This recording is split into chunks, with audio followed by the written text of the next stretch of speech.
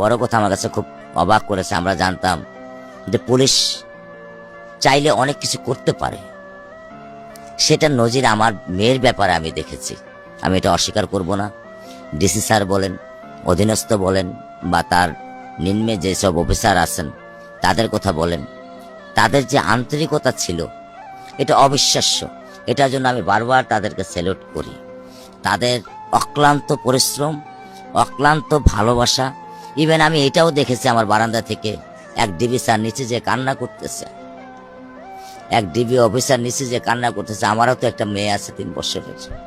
তো এই যে তাদের ভালোবাসা, এই ঋণ শোধ করবার ক্ষমতা আমার নেই। আমি একজন খুব সাপোসা মানুষ, সাধারণ বাংলাদেশের একজন জনগণ, কিন্তু তারা আমাদেরকে যা দিয়েছেন, আমার পরিবারকে যা দিয়েছেন, আমি এটা দীর্ঘদিন আমি স্মরণ রাখব।